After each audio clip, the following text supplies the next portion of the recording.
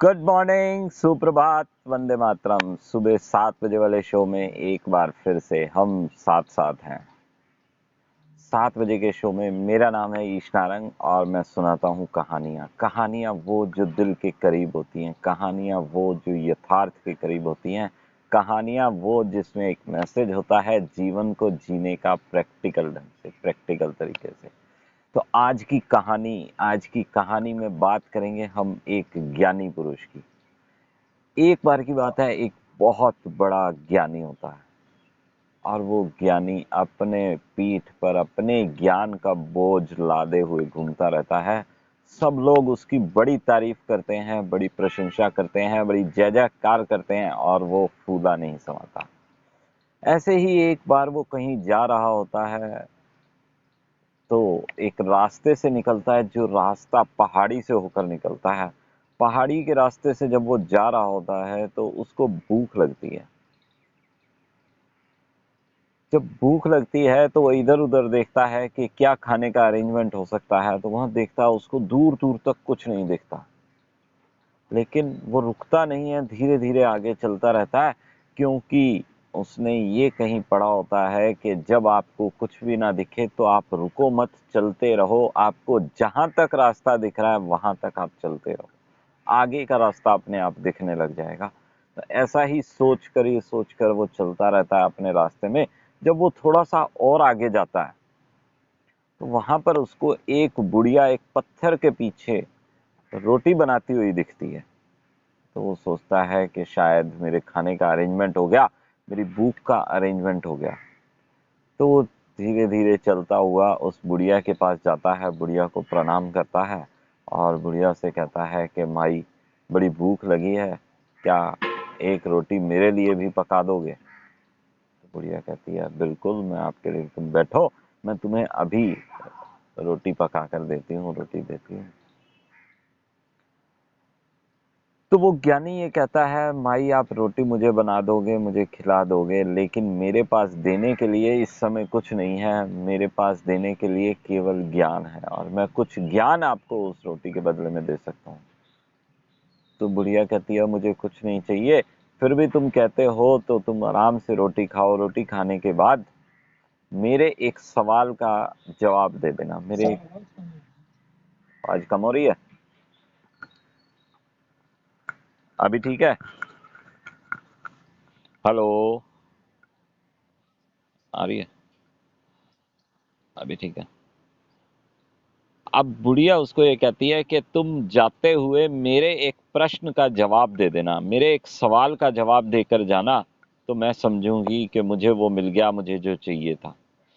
बुढ़िया बड़े प्यार से वहां पर एक चपाती बनाती है, एक रोटी बनाती है और उसको खिलाती है। रोटी खाने के बाद तृप्त होकर वो ज्ञानी बुढ़िया से पूछता है कि माई, बताओ तुम्हारा क्या सवाल है। मैं पूरा प्रयत्न करूंगा कि उस सवाल का जवाब दे सकूं। तो बुढ़िया उससे पूछती है, तुमने अभी जो रोटी खाई, क्या तुमने वो रोटी अतीत के मन से खाई, वर्तमान के मन से खाई, या भविष्य के मन से खाई, या ऐसा जवाब जो तुम अपने पास से देना चाहो? और ये प्रश्न सुनकर बड़ा असमंजस की स्थिति में आ जाता है वो ज्ञानी, क्योंकि ऐसा प्रश्न उसने आज तक ना तो कहीं सुना होता है, ना ही कहीं पढ़ा होता है। और वो अपने ज्ञान के भंडार में उस प्रश्न का उत्तर ढूंढना शुरू करता है।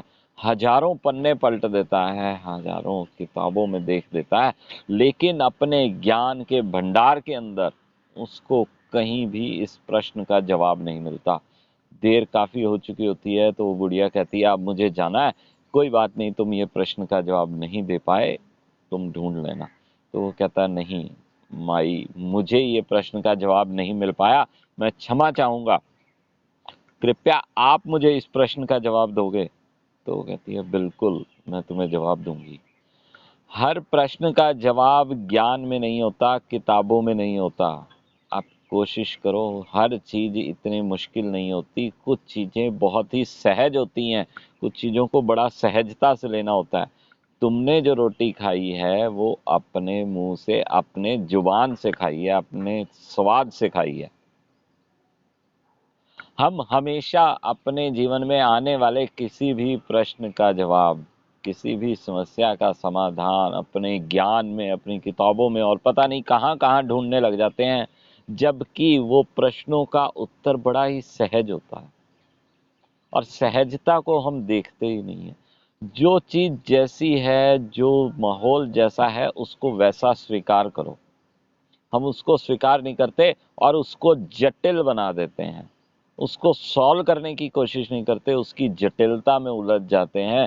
जैसे कि वो ज्ञानी पुरुष उलझ गया कि मैंने रोटी वर्तमान में खाई, भविष्य में खाई या अतीत में खाई, जबकि इस सवाल का जवाब जो है बड़ा सहज था। तो प्रयत्न करना है हमने कि हर स्थिति में, हर सिचुएशन में हम सहज बने रहें, क्योंकि जो सहज होता है वो संतोषी भी होता है। हम ये कहते हैं हमेशा कि जो हमें मिलेगा हम वो देंगे, जबकि होना ये चाहिए कि जो हम देंगे हमें वही मिलेगा। जो पाओगे वो नहीं देना है, जो दोगे वही पाओगे। तो देने की आदत डालेंगे, जब हम अच्छा देंगे तो हमारे को अच्छा मिलेगा। और जीवन को जितना सहज बनाएंगे, जितना चीज़ों को सहजता से लेंगे, सरलता से रहेंगे, जितनी संतोष रहेंगे हम अपने जीवन में, संतोष को अपना कर चलेंगे, धीरज को अपना के चलेंगे, तो समस्याएं हमारे को परेशान नहीं करेंगी। तो हमने जीवन को सहज बनाना है, जटिल नहीं बनाना। तो ये थी आज की कहानी सहजता के ऊपर। तो आप सब लोगों का बहुत बहुत धन्यवाद।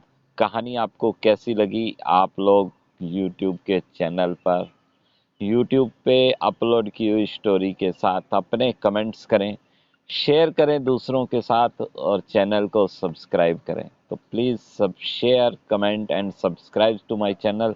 तो कल सुबह इसी समय एक नई कहानी के साथ, एक नए मैसेज के साथ, सुबह 7 बजे इसी समय, इसी लिंक पर, इसी प्लेटफॉर्म पर हम फिर से मिलने वाले हैं और